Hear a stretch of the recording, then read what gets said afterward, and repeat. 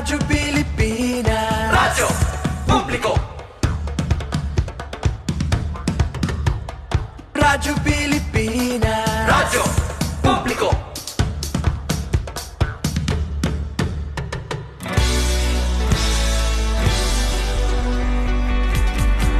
Mahalagang mga balita, napapanahong impormasyon. Kami ang inyong gabay pag may bagyo at sakuna. Serbisyo ng gobyerno kapag may nangangailangan. Mga proyekto ng Pangulo, damang-dama ang pagmamahal niya. Tulay ng mga hinaing, ang problema ng bayan ating lulutasin. Tulay sa himpapawid, tulay ng pagbabago. Radyo Pilipinas, Radyo Publiko. Ng bagong Pilipinas, Radyo Publiko. Radyo Pilipinas, Radyo Publiko. Ng bagong Pilipino. Mga proyekto ng Pangulo, damang-dama ang pagmamahal niya. Radyo Pilipinas, Radyo Publiko. Ang boses ng Pangulo.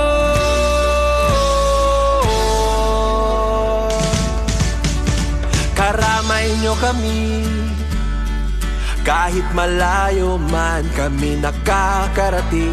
OFW magsasaka, buhay ay iba't iba, san mang lugar ng bansa natin.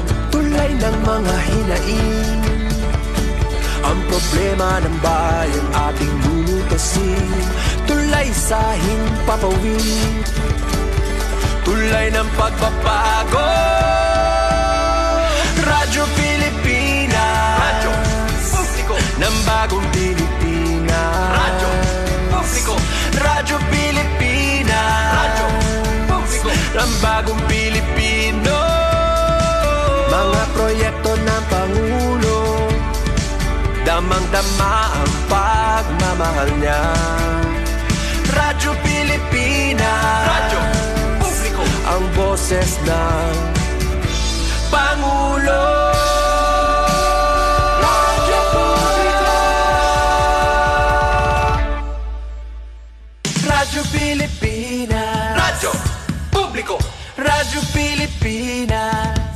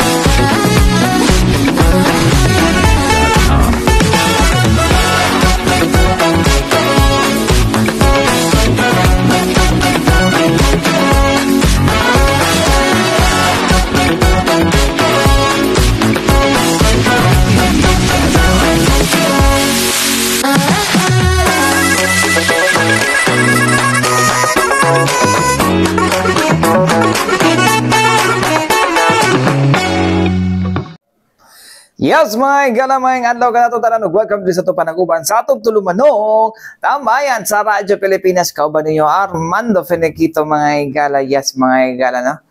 Kamusta mo diha tanan, no? Na kanaban mo? Na alibadbaran na ba mo sa mga campaign jingles karon nga nagasaba-saba di sa inyong mga barangay, no? Joke. Anyways, mga kuano, tuwa lang karon kay hantod kuno na sila. Karon sa dagay na sila kutob. May 10 na sila kutob, no? So pagbigyan na lang nato na sila, sobra bulan raman na, no? O pero sabi bitaw makakon, pero wala naman kitong mga kwan sa una, no? Tong mga tawagan ni kitong mga unsa ni wala naman kitong mga maka-LSS na mga kung ano, maka-LSS na mga dyan campaign jingles diri sa Davao. Ano sa naman maglahi naman mga kampanya diri kung kuan ang uban din ha kay maluoy ta kay dapat mukan pa na no kay tigulang na kayon na perminti wala diha sa opisina no ang uban pod kay puro kuan lang pod no kaning di man sa kuan no pero ang kampanya list para makabalik no ang dating pangulo. Wala na creative na ang uban na maging mga plataporma in fairness na ay mga plataporma ang uban mga igala pero ang uban di mga igala kay aside sa mga triple ka double triple unsa pa ba na no murag ginabuhat na karon sa kuan murag walay bag-o diha ka plataporma ay bag-o palat bay bag-o plataporma diha ay tao ay ay pag may paikan pa ninyo nga pag madaog mo kay kuan makasulod mo tanan sa City Hall wala pa ba nakasulod City Hall no usay mo sulod may kudag tungang gabi gani para lang mangihi bulo ba mo nga pag mulaag di asaw na sa kuan sa may Rizal Park or sa baba na diha na mangihi City Hall wa pa ba nakasulod tanan City Hall bro di ba sa ingon ha bro di pa ba nakasulod City Hall nang joke naman kayo na nga promise kamutan na makasulod sa City Hall joke mo kayo na di ba kasulod wala pa kasulod City Hall sa wala kasulod sa City Hall din joke naman kayo ng mga plataporma wala lang plataporma diha tapos napaisa kay kung inyong iboto balik tong wala siya diri sure nakasuli pa ganito ako ang eskwelahan kay sa una kay diha joke mo kayo na uy anyways mga katambayan no kabalo ko balik na niya pero una ko magino sa itong huisgutanan karon mga katambayan no kuha sa day greet day ay no pag greet day sila gapa wala ko nabasa no sila Manuela Gonzales o si Shaira Sangkula Shaira Gukong na karon no nga nagkuhan sila nagkalat sa live. Anyways, bita ay may pagpamina ninyo na mga angels na sa technical mga igala. May hapon ninyo diha, no. Anyways, mga katambayan, kabloko na ba atwa na ning naisgutan last Friday na prato ibalik ni kung unsa na ang update sa unsa na ang update sa kaning Samal Island Davao City Connector Bridge project mga igala kay isa ni sa mga big ticket project no nga kabalo ko singlon gyud ni no singlon gyud ni sa mga taga Davao especially taga Samal o taga Davao Davao City mga igala no kay mao ba ni ang isa sa mga kinahanglan daw continuity no para sa faster nga na may iba mga mga igala kontra man kayo sa kontra man kayo ning pulayan ni mga igala na kay mobalhin na dito ang developments pikas dito sa isla watay mahimo kay kung stricto din kung dito dili stricto watay mahimo dito ginapadulog at least kita ang nahimong tulay nga mo develop ang isla no so diyan ang kontra diha mga cons no especially the second district nagakontra diha kay kuan man pod no ato man silingan sa dapat guys tuag na part na sa Tuas Davao City pero mali lang og kanang hatag no ato na lang pagbigyan pud gud no siguro kuan na no naman po kay marag ang gateway ang Davao at least katabang ta no di ba mo mga consideration pud sa mga botante karon kay at least nakatabang bitaw ato balikan mga galang pahayag no ni SIDC Project Manager mga igala Engineer Joey Tulaylay mga igala alang sa update mga igala sa Davao sa Samal Island Davao City Connector Bridge Project mga igala sa Connector Bridge Project sa ato ang kagamahanan may paminaw na to update of the SIDC project. Actually, during your visit, ongoing, but near to finish the numbered foundation. And now because the total number of foundation for main pylon or navigation is 24. But now in double side, already completed. And we're going to execute immediately the pile capping. And after pile capping, the pylon, that's the main post, with a height of 73 plus 4 for signal meters. And for double side, we are near to finish also. Maybe it's about, now is 22 out of 24. And we are going straight also for pile capping and the main post, the pylon. Are there any challenges during the construction of the project? From the start. And we all know that we pass for so many challenges, especially the acquisition of right of way. And because this project is a design and build, so we need to finish and approve the design first before the proper execution of the civil works. So, nagkaroon kami ng time extension because of the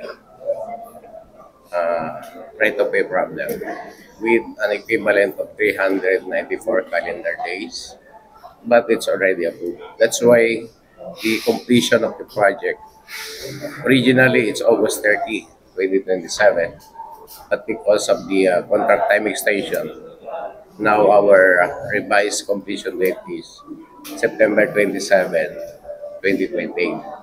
But as I said to you before, that we are trying our very best. And the method that we are using, possibly, but we are not promising Okay. that maybe we can finish this project earlier, the completion date. Alright. When it comes to the tidal velocity of the Pakiputan Strait, are we not having troubles or struggles during the construction? Actually, the foundation or the method that we are using is pinag-aralan lang. So, now, construction stage na kami, and we are doing the execution of the foundation, main foundation, going to land viaduct, east and west. So, wala naman masyado kami challenges with regards to implementation. And about the restriction of right-of-way, the only challenge now is the right-of-way here in the both side. Yeah. Sir, yung completion rate natin, ilang percent na?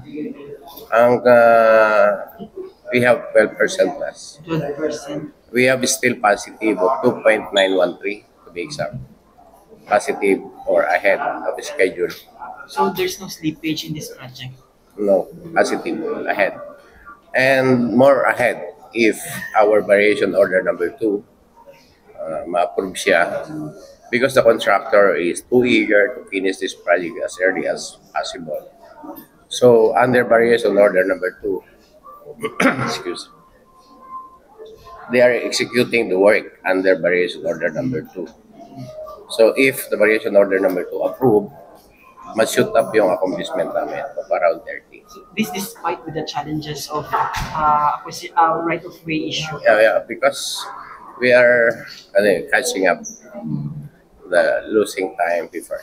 Okay, talking about the road right-of-way issues, how many properties are we talking about when it comes to settlement? I am not much about the figure, but our office, Manila, the head office, mostly processing the whole right-of-way acquisition, meaning payment. Are these And ang isa na lang is, kasi two types ito negotiated and ex-pro.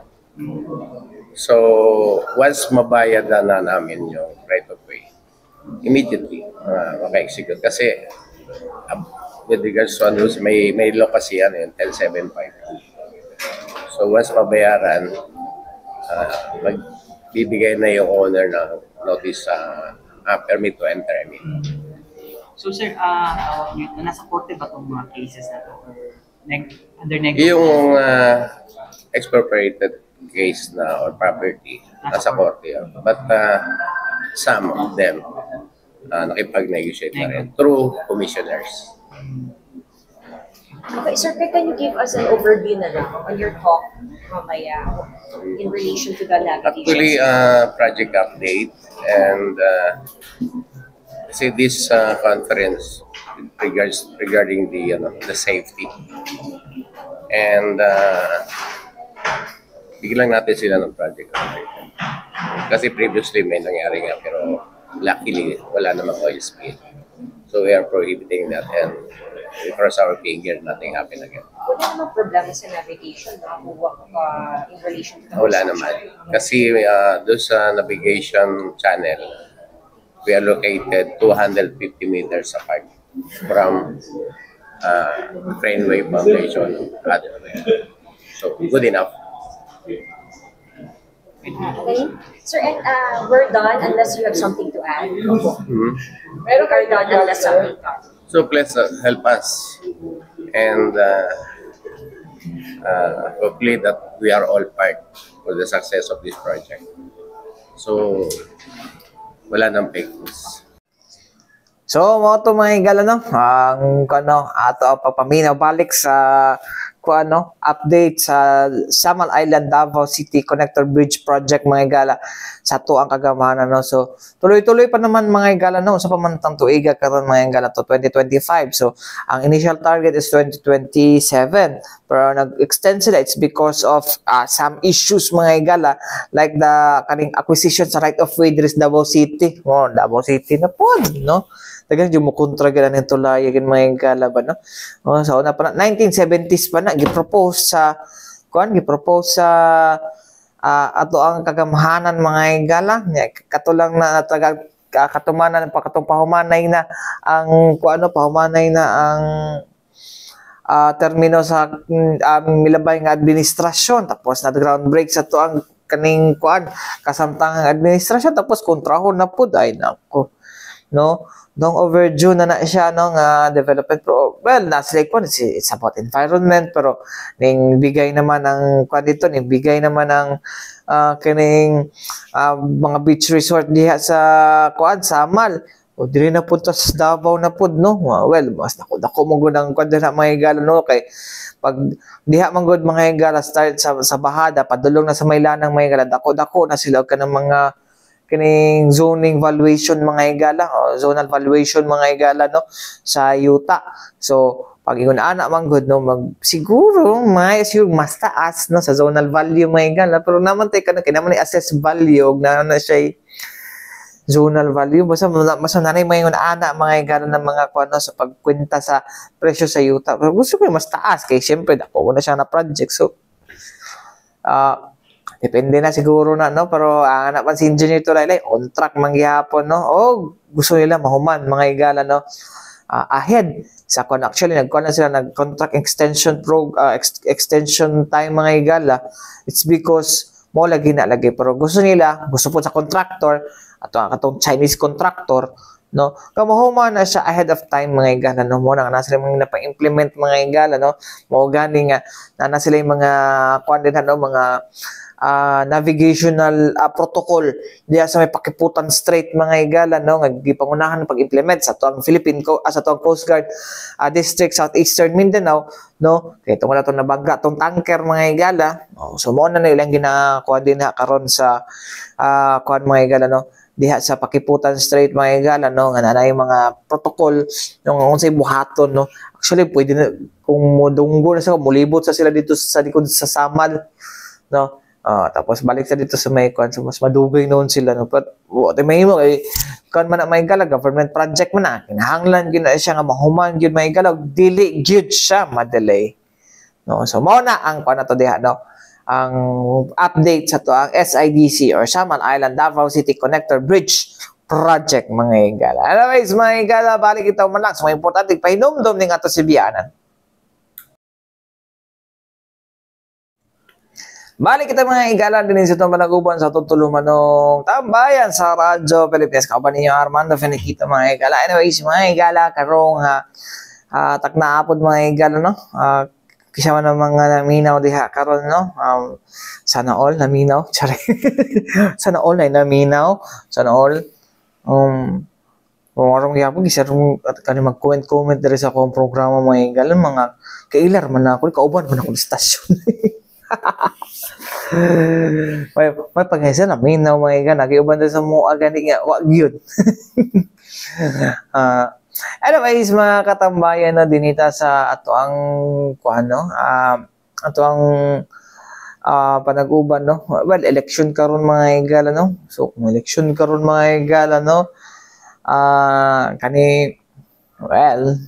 Election mga higala, no? Daghan kayo ng mga saad no mga higala, no? Daghan na po na may mabutan o masaligan mga higala. Panagin na sa inyong konsensya kung kinsa inyong iboto kung sa inyo ha mga prioridad sa inyong pagboto, no? Kung ayuda niyo prioridad, well, so be it, no?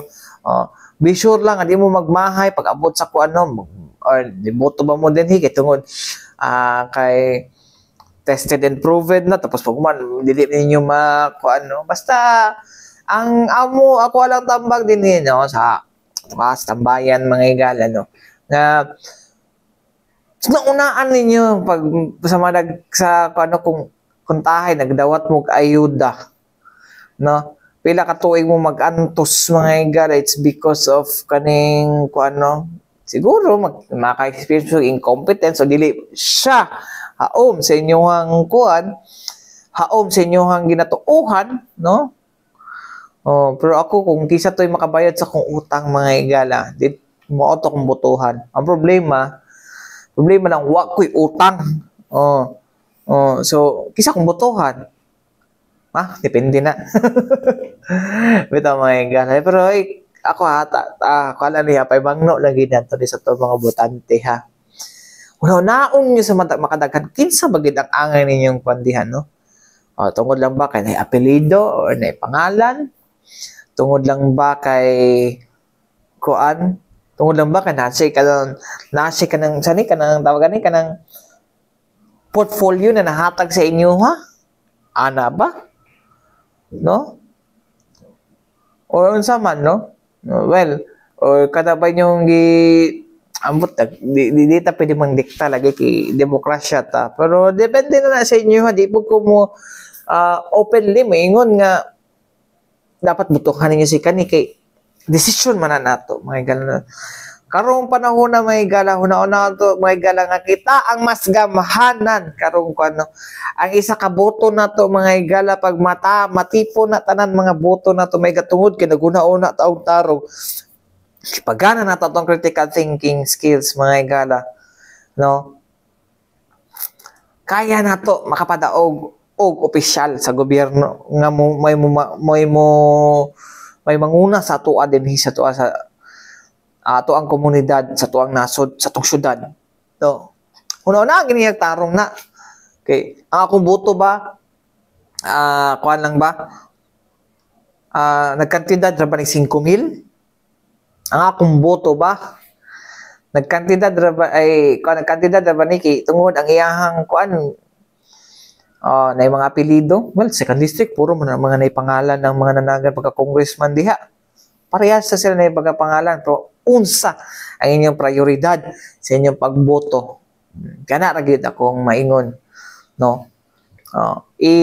Kuan gyud dili lang takutob sa 5,000, dili lang takutob sa pangalan, no, nga nanay na kuan or dong isa nga ingon pataka lang nga ingon nga sarado dong opisina, no, kadaghan ato nagpa-print og t-shirt dito sa opisina ato takabalo bitaw ay. Anyways, may dinita sa tong isgutan may gala kun asa may gala unsa ba laing serbisyo, no, na ginakuan sa ato ang Department of Social Welfare and Development. Manang patag storya ng ayuda mga higala, no. Anan mo kan ingon namang Malacañang di na to dili lang pahunong ng kuan akap mga higala, AX o uban pa, no, basta walay ka rin kandidato nga magkuan dito. Pero ang kuan na to is sa pala yung serbisyo kutob ra ba ni sila sa kuan, kutob ra ba ni sila sa unsa ni tawag gani, kutob ra ba ni sila sa kining ayuda, hatag ayuda. Well, apod sila mga kuan may like kanang pagkuan sa to mga kaning mga serbisyo nato mga higala, no, kato sa mga abandoned na mga bata, no, mga orphanage, napo na sila sa kanang mga kuan no. Napo na sila yung mga kuan pod o sa atong mga kaning mga rescued no, yung mga batang kababaihan no. Napo na din atong mga adoption no. So anyways mga katambayan no, alang sa dugang impormasyon na angay nato mahibaw-an may gala sa lain pang serbisyo sa ato ang Department of Social Welfare and Development, may nga nato paminawon mga higala no. Innovations Division Chief sa DSWD Region 11 mga higala nga si Ma'am Anje Kane o ang Assistant Regional Director for Operations nga si Ma'am Gemma de la Cruz mga higala. Paminaw na to. For the information of everyone, DSWD has a total is managing 5 centers and residential care facilities. So first one we have in the Reception and Study Center for Children, catering 0 to 6 years old, those who are abandoned and neglected children. And it's located in Friendship Road near SPMC. And the second one we have in Davao City is the Rehabilitation Center for Youth, which is the RRCY. We are catering to children in conflict with the law. No, so these are male CICL, and we also it's located in Bago Oshiro, Davao City, and the other one also in Davao City is the Home for Girls and Women, catering to those who are abused women.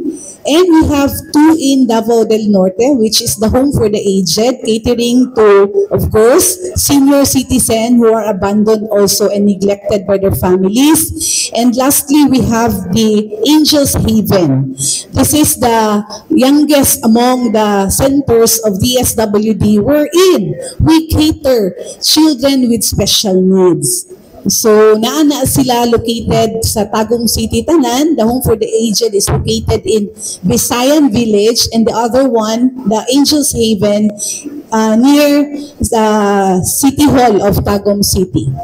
So, naagay, yeah, we in that particular center, it's headed by, of course, by the center head. We have these social workers, we have the house parents, we have the nurse, we have the doctors assigned to, of course, monitor the health condition of all our clients, no? In that particular center, we have also our psychologist, we have our, I have mentioned already, our house parents, the nurse, the doctor, the psychologist, and of course we have the psychometrician, and of course the admin staff who provide the support to our operation. You mentioned yung RSCC, the first one, mag-cater on 0 to 6 years old. Yesterday, ay bata na nagabilin lang gisulod sa CLM bag dahil sa may Matina, ako na sayop. Curious lang may kung kining bata, since ni-surrender naman sa DSWD, isa ba na siya sa mapaingon anong RSCC or asa ba ni mga padulong po? Dagantod, curious, gusto mag-adapt, unsay process? Okay, sige. Miss Gemma will support also later. Actually, with that, first thing foremost is, of course, we have to coordinate with the local government unit because we have the CSWDO as our local counterpart. And then CSWDO may refer that particular child to the Reception and Study Center for Children. No? So with that, of course, naagyo tayo mga proseso nga kanang agian, and at the same time, we have to provide necessary documentary requirements, no? Because we require the case study, the medical certificate. So naana tanan dito nga information sa ato ang case study sa bata, child study report. So with that, ato agyo nang i-accommodate, no? So mao to akong ingon, we are closely working with the local government unit. So dito ma'am, pag maabot na ang bata dito, dili na gyud ka mabalaka because we have the competent staff nga nagkuan gyud ana, nagatanaw, nagamonitor ana nila, nga naga-provide sa tanan nilang panginahanglan po. Yes, so So in addition, no, so tama tong gingon ni Miss Anna, you have to comply all the documents, but kato siya ma'am na dapat magyud na mo coordinate ta kay sila na ang kwan. Pat katong nailinya kasi nimo gani ang ingon ma'am na daghay gusto mo adapt. Yes, yes. So for those nga katong gusto mo adapt, we have to go through the process. Kasi nga dili ta pwede nga mag-adapt lang. Dili ta pwede nga ako na ni. So kato kung nay bata nga na nakitaan, so dili ta pwede na i-keep na to. We have to endorse that to the proper authority. Kay basin niya balik kalit ang mama niya magpatabang, magsakit lang ato ang dughan. So for those nga katong gusto nga mag-adapt, mag-agitag process, we have this Regional Adoption Child Care Office na. Before nana siya sa DSWD and now nana siya sa atong attached agency which is the RACO.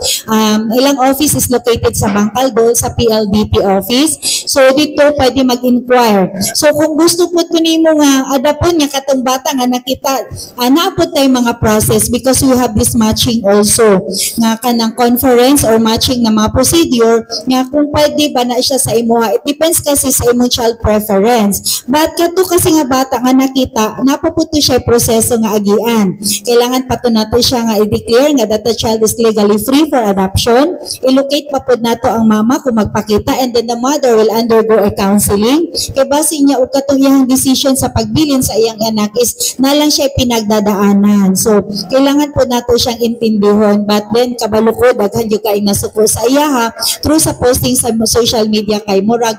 Kumbaga pa, according to Sir Gina, mura lang siya og iring nga gibilin, but we also have to understand the circumstances. So, kanay siya, na mga proseso, na proseso ang bata nga gisurrender, na proseso ang gusto nga mag-adapt. So, dili ta pwede nga maingon ta nga mo adapt ta og bata mo ato tag RSCC mo tudlo ta og kun sa atong gusto. No, dili ta pwede mag-shopping og bata, but we have to go through the process. Thank you po sa inyong mga ma'am. Pwede ba makapangayog figures sa kining RSCC pala na ka mga bata ang naa as of now po? As of now, we have 45 children na nasa ato ang center. Dili po siya tanang bata nga naa sa ato ang center are free for adoption. There are some na temporary shelter that the mother or the parents are in dire needs also na dili pa po nila kaya na ilang bata i-take care. So some also were for foster care. So for that 42 na siya klase-klase ng mga kategory ang naa sa ato ang center po. Thank you, ma'am. Kasi ma'am, yung base sa bata, for example, wala talang gusto mag-adapt sa kanya hanggang naglaki sa asan siya no sir, dili kita makaingon nga muda ko siya nga wala. So we really have to, the social worker plays a crucial role in the preparation of all the documents. So ang future sa bata is nakasalalay kay social worker. Upon admission of that child sa atuang center, si social worker magsugod na sa iyang role. So kailangan nakasidisikla. So within 6 months, ma-declare na ang bata that the child is legally free for adoption and then the subject na siya for adoption. So mo-coordinate na ta sa RACO kasi there are a lot of mga adoptive parents na nakapila po nga gusto po din po mag-adapt but then with their reference ng mga bata. So gusto ko kung ako mag-adapt is 6 years old, 6 months or to 2 years old, male or female. So we have also to inform our adoptive parents that wala tayong mga bata. So there are some that are willing to wait nga unsa ilang gusto but still wala gyud ta only for those children nga katong naay mga special needs. But moagi gihapon na siya og home findings. So kana siya pag nating mga bata nga naka-home findings nga dugay gyud siya nga madap ug una gyud sir nga wala. But for those mga katong mga normal na mga bata, wala gyud tay naabtan og 18 years old. So kuan na ni social worker sir nganong wala niya natutukan ang iyang case management on that child. So lahat ng foundlings na bata was they found their homes, no? Kaya marami naglinya ata na gusto mag-adapt. For that founding child, sir, nagit mo to tatong process, manawagan ta. So, bago na siya na ma-posting nato sa social media. So, I believe some of our mga partners, sir, nga na mga sa newspaper, gina-publish gid nato na that child is legally free for adoption for 3 consecutive na mga posting nato siya. So, after that, i-go through nato siya sa process, magkaroon na siya og certificate that the child is legally free for adoption. So, pag once nga naa na to nga certificate, certificate, sir, that's the time nga pwede na nato siya i-match dito karon sa katong ato ang mga couple. So that match dili pud pwede nga kami lang. Committee pud ana, sir, natay Regional Child Placement Committee na na-compose of doctors, psychologists, pedia, and social worker from the DSWD nga mag-conference or mag-convene to discuss para i-present ni social worker ang case study sa couple. And then kung kinsa sa mga bata nga atong gi-present nga mag-match dito sa gusto sa ato ang adoptive couple po. So, mo ito mga higala, no?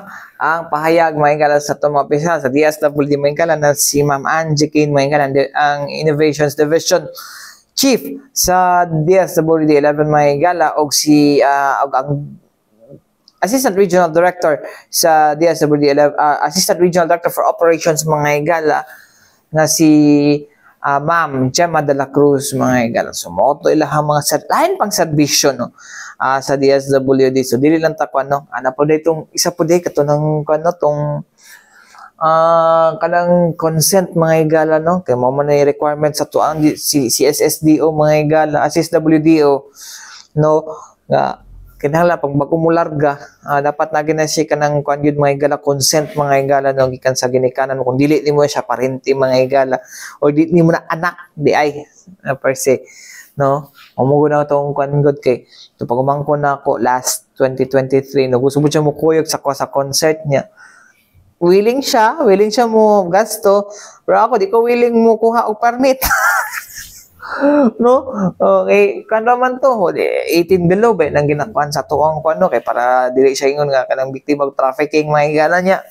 Diyos ko, no? Hasol kay na magkuha og kanang mga consent mga higala, no, kay kaya matag interview nga agihan na, no? So, sorry lang ga. Bili sa Davao, di sa nimo experience ang Blackpink na concert. Charing. Bitaway. Basta, ko ano, kana may higala is, gusto naman ito i-ensure, no? Nga, ang mga bata, no, dili siya biktima sa trafficking, no? Kaya mo binang uban may higala, palayas-layas niya. Layas ko no niya na kuan ba na nasulsulan, no, sa usa ka kuan na muna siya malayas traw ba nanta sa Manila ana yung anak ko ng mga style god, no. Gusto na ko mulayas kanang unsay tawagan na kung kuan ba mag-grooming somehow grooming, parang grooming is relation to kani siya lahi siya kay marag kuan na siya na siya kanang tawagan ni, no, na siya kanang mura siyang nasulsulan, no? Na impluwensyahan. No, niya. Mo na ito, na-impluwensyahan siya para i-traffic na din siya dito sa laing lugar. So, mo na siya may galo, no? Ang ato ang dapat nindot nga palisiya mga igala dire sa tuwa sa kuan, no? Mo bitaw na nga ang kuan, isa ang Davao City, isa sa mga child-friendly city, no? Sa tibuok Pilipinas. No, it's because of that policy mga higala. Napay laing policy mga higala, no. And then napatay laing mga kuan din sa Davao City. Mao na nga kuan ta protektado ato mga kuan, no. So may ito kay pang-rape, pang kuan magnawala naman itong kaso ni kuan dito sa Dahig. Murag tiyatuan. Anyways, mga katambayan, mga taigong oras ang ngalan sa Tibok Pwersa sa DXRP Radyo Pilipinas, Radyo Publiko Davao mga higala. Ako yung nakauban Armando Finiquito. Alang sa tambayan sa Radyo Pilipinas, hantong sunod na usab daghang salamat ug maayong adlaw. Mo sunod na ang balitang pambansa.